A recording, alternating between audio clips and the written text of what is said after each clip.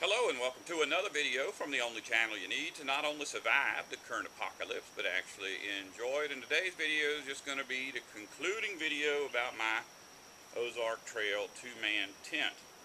When I set this thing up, I had the intention of sleeping in it every other day for about a month and making video every other day and putting it all together into a video about my experiences of sleeping in this tent. But I'm 6'4", I'm 225 pounds, and I've got 3 ruptured discs. And even though I got through one night of hard rain, I didn't want to do that anymore because it's very difficult for me to get comfortable, even in a house with a recliner and a bed available. So I went through the one night. I could see that if I was in good health and a normal size, this would be adequate for keeping me dry and keeping me from getting ate up by bugs. But I gotta be honest, I didn't sleep in it more than that one night. I've been sleeping in that tent right over there because it's bigger. I can move around. If my back starts hurting, I can sit up. And so all I can tell you is about my experiences for that one night and how the tent held up through some torrential rain, because it's been raining off and on for the whole 2 months that it's been out here, and for the last 3 days it has been torrential rain. The oak trees have been dropping a lot of leaves and a lot of their flowers, and that's what you see right there. But before the rain started, this tent was almost completely covered in those things. Even the sides had them clinging to them.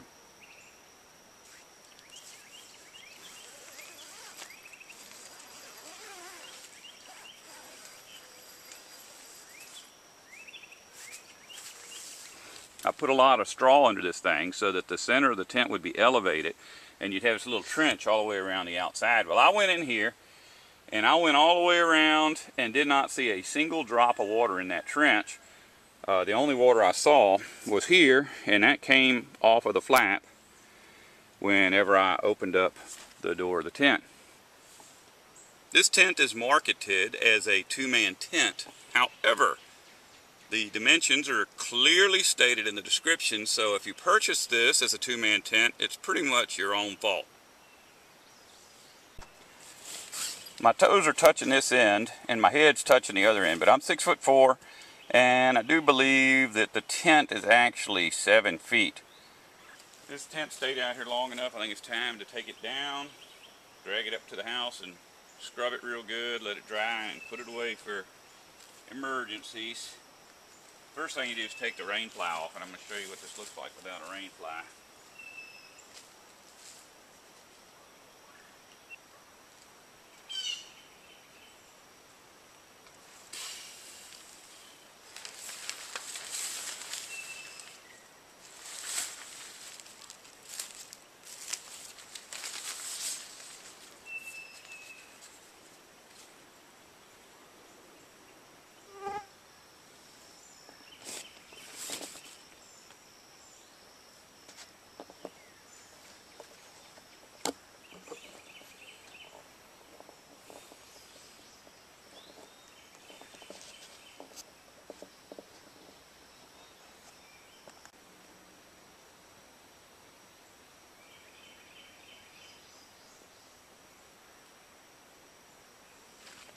If you've been watching my videos for any amount of time, then you probably already know that I like to be prepared for stuff, but I've always said I have no intention of bugging out. But it doesn't hurt to have a bug out bag, even if you don't intend on bugging out, because it gives you a good, comfortable feeling that you're prepared in case of an emergency that you can't perceive.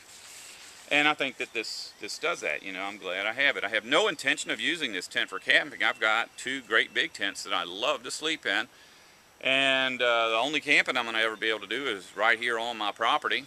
So I really don't need this. But, if you can afford to be prepared for anything, then be prepared for anything, If I was a millionaire, I'd have a great big concrete bunker in 3 different states and 1 in another country. But I don't have that option.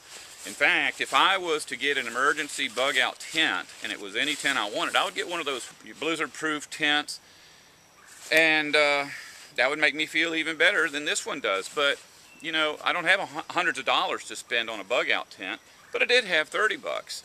So, you know, if your choice is to have a $30 bug out tent or to have no bug out tent, and it doesn't really cause you a whole lot of financial pain, then you probably ought to get one of these. If you don't want to survive, don't listen to me.